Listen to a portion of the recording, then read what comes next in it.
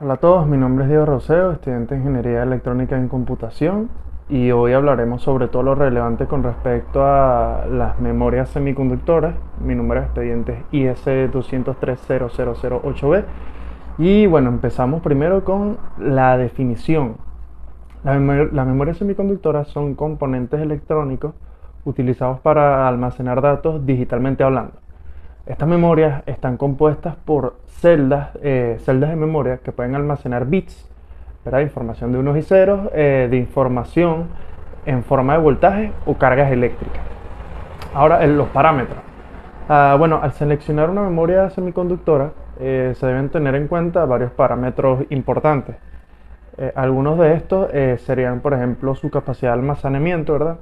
La velocidad de acceso, como todos los componentes electrónicos, su durabilidad, el consumo de energía y la resistencia a la radiación o interferencias electromagnéticas. Ahora vamos con la arquitectura de estas memorias. Los semiconductores tienen una arquitectura interna que varía obviamente según el tipo el tipo, ¿verdad? El tipo de modelo de la memoria. Por ejemplo, una memoria RAM, que es la más conocida, cada celda de memoria está compuesta por un transistor y un capacitor. Mientras que una memoria ROM, las celdas están programadas durante la fabricación y no se pueden cambiar en este caso. Bueno, como dije, la arquitectura determina tanto cómo se almacenan y cómo se recuperan los datos que se ingresan en este tipo de memoria.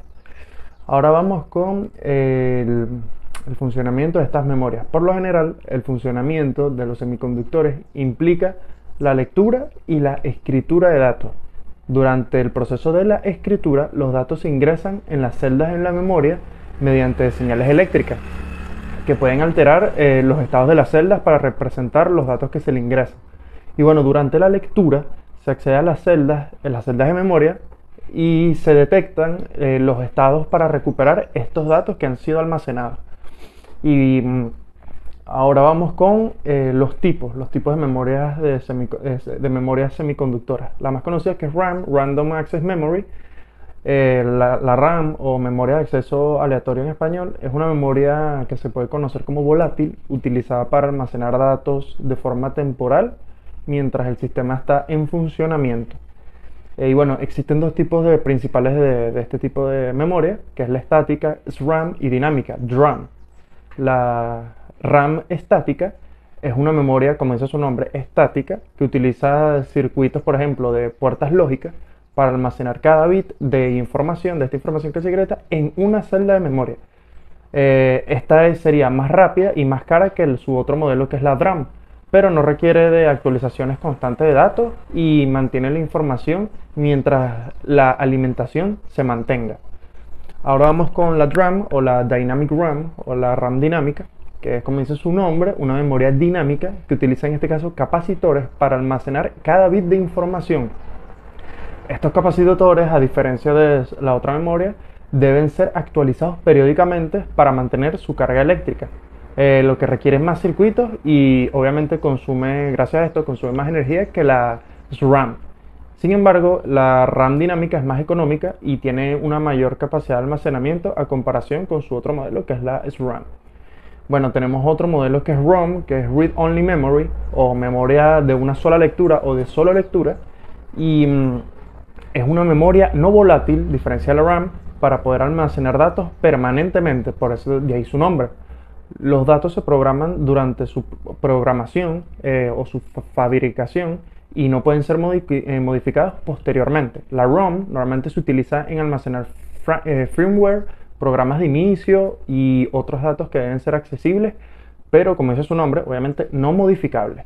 También tenemos la PROM, la Programmable Read Only Memory, o la PROM. Es una memoria programable, obviamente, de solo lectura, que permite al usuario, en este caso, programar los datos después de su fabricación, utilizando un dispositivo especial de programación. Una vez que esta está programada, la PROM se comporta como una ROM, la que ya explicamos, de forma estándar, y los datos no podrían ser modificados. Ahora vamos con la EEPROM, la Electrically Erasable Programmable Read Only Memory. La EEPROM es una Memoria, como dice su nombre en inglés, ahora en español, una memoria programable y borrable eléctricamente que permite al usuario programar y borrar los datos repetidamente. A diferencia de la PROM, la EEPROM puede ser reprogramada sin necesidad de dispositivos externos de programación, como hablamos anteriormente. Y bueno, el proceso de programación y de borrado se realiza eléctricamente y no requiere la eliminación física de algún tipo de componente. Y ahora pasamos de la EEPROM a la EEPROM, que es la Eraser Programmable, la Programmable Read Only Memory. Esta es una memoria programable y borrable, ¿verdad? Como su antecesora, que permite al usuario programar datos durante su fabricación, pero también puede ser borrada mediante una exposición a la luz ultravioleta. O sea, no se borra eléctricamente, sino a través de esta raya de energía. Después de borrarla, la EEPROM, en este caso, puede ser reprogramada con nuevos datos. Y bueno, esta se utiliza principalmente en aplicaciones donde la reprogramación frecuente, ¿verdad?, no es necesaria. Ahora vamos con la siguiente parte, que es saber el aumento de capacidad y tamaño de palabras en las memorias semiconductoras. Y bueno, esta se logra a través de varios métodos. Uno de estos podría ser mayor densidad de celdas. Bueno, gracias al avance de la tecnología de fabricación, ¿verdad?, es posible reducir los tamaños de las celdas de memoria. Y bueno, esto lo que permite es almacenar en más celdas en el mismo espacio físico. Y esto se logra mediante la miniaturización de los transistores y obviamente los componentes de memoria, lo que aumenta la densidad de almacenamiento en el mismo espacio o inclusive en menor espacio. Bueno, también aquí podría entrar las arquitecturas de memoria, las arquitecturas de memoria jerárquicas, que las memorias modernas normalmente suelen utilizar arquitecturas de memorias jerárquicas. ¿Qué significa esto? Como por ejemplo los sistemas de las memorias caché de sus procesadores, que proporcionan diferentes tipos de niveles de almacenamiento con diferentes capacidades obviamente y sus velocidades. Esto permite también tener un nivel de memoria alta, de alta capacidad, a nivel del almacenamiento principal, obviamente conocido como la RAM, y una memoria más rápida, pero a menor capacidad a nivel de caché, lo que mejora el rendimiento general de un sistema completo, ¿no? Otra podría ser las técnicas de multiplexación y multiplexación de tiempos. Estas dos técnicas, bueno, permiten utilizar una menor cantidad de líneas de conexión, ¿verdad?, para acceder a un mayor número de celdas de memoria. Por ejemplo, la multiplexación de dirección puede permitir el acceso a múltiples bloques de memoria utilizando menos líneas de dirección, mientras que la multiplexación de tiempos permite compartir las mismas líneas pero de conexión, ¿verdad?, pero a acceder a diferentes celdas de memoria en diferentes momentos. Y en este caso, pues vamos a la siguiente parte, que serían los dispositivos lógicos programables, conocidos como PLD por sus siglas en inglés. Y bueno, estos son componentes electrónicos que se utilizan en el diseño de los circuitos, en este caso digitales. Estos dispositivos permiten la implementación de, por ejemplo, funciones lógicas personalizadas, que los hace flexibles y versátiles para adaptarse a diferentes aplicaciones en este caso. Y bueno, también existen varios tipos de PLD. Entre ellos se encuentran los principales, que ya se los voy a mencionar, por ejemplo PAL, que es Programmable Array Logic. El PAL es un tipo de PLD, ¿verdad?, que consiste en una matriz de compuertas lógicas AND, ¿verdad?, la compuerta lógica conocida como AND, conectadas a una matriz de compuertas lógicas OR. Y bueno, la programación de esta se realiza mediante la conexión de terminales de entrada y de salida a través de fusibles, o también conocidos como los antifusibles. El PAL es útil también para poder implementar funciones lógicas y combinaciones simples. El otro sería GAL, que es Generic Array Logic. Esta es una evolución del PAL, ¿verdad?, que utiliza tecnologías de fusibles eléctricamente programables, conocidos como eFuses. Y bueno, este permite que el dispositivo pueda ser reprogramado múltiples veces, lo que lo hace más flexible en comparación con su antecesora, que es la PAL. Y bueno, otra conocida también es la PLA, que es la Programmable Logic Array. El PLA es otro tipo de PLD, como todas estas, que consta de una matriz que también es programable, pero de compuertas AND, y una matriz programable de compuertas OR, y la programación de esta se realiza mediante las conexiones de términos de entrada y de salida, utilizando matrices de conexiones programables. El PLA permite implementar funciones lógicas combinacionales más complejas y también puede incluir elementos, por ejemplo, de memoria. Y bueno, además de los dispositivos ahorita explicados, existen otras variantes de PLD, como los FPGA, que es Field Programmable Gate Array, o los CPLD, que es Complex Programmable Logic Device. Los FPGA, bueno, estos son dispositivos altamente programables que contienen una gran cantidad de bloques lógicos configurables y todos, como todos, tienen una matriz de interconexión que también es programable. Bueno, esto permite implementar circuitos digitales muy complejos y flexibles. Por otro lado, los CPLD son dispositivos que combinan características de los PAL y los FPGA, ofreciendo así una mayor capacidad de integración y un enfoque más flexible en la implementación de funciones lógicas y el enrutamiento de señales.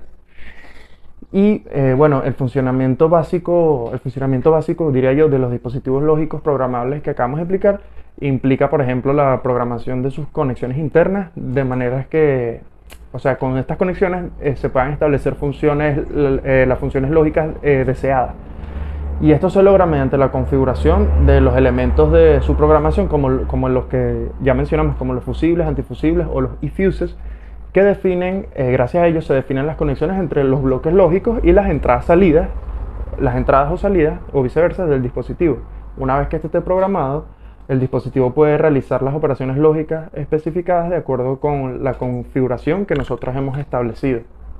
Ahora vamos con los avances tecnológicos de los últimos años en el campo de la memoria de memoria semiconductora.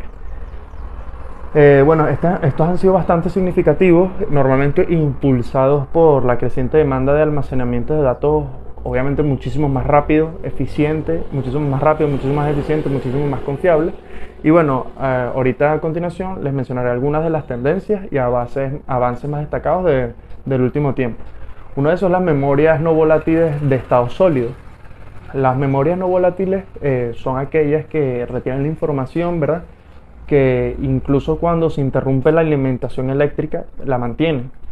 Y bueno, los avances tecnológicos como la memoria flash NAND o NOR han permitido el desarrollo de unidades de almacenamiento sólidas, más conocidas como SSD, de alta capacidad y obviamente de alta capacidad y rendimiento, por ejemplo, utilizadas en dispositivos móviles, normalmente en todas las computadoras de nueva generación y los servidores. Y bueno, además han surgido nuevas tecnologías de memoria no volátil, como por ejemplo la otra conocida como las memorias basadas en resistencia, que se llama ReRAM, o las memorias de cambio de fase, conocidas en inglés como PCM. Y las memorias de estado sólido, basadas en ferroeléctricos, conocidos como FeRAM, que ofrecen en este caso mayor densidad, velocidad y durabilidad. Otro avance tecnológico de los últimos años se podrían decir que son las memorias de acceso aleatorio de alta velocidad, conocidas como HBM, que son memorias de acceso aleatorio de alta velocidad, conocidas como HBM, que es High Bandwidth Memory, y son una evolución en el diseño de memoria RAM, ¿verdad?, la más conocida de todas. Y bueno, estas memorias se caracterizan por su alta velocidad de transferencia de datos y su capacidad para apilar múltiples capas de chip de memoria, lo que permite un mayor ancho de banda en este caso y una menor latencia, muy buenos para los videojuegos. Y bueno, las HBM son ampliamente utilizadas en aplicaciones, por ejemplo, que requieren un alto rendimiento, como por ejemplo, como acabo de decir, en videojuegos que se utilizan en tarjetas gráficas de alto rendimiento, o en este caso muy conocidas por los sistemas de inteligencia artificial o IA.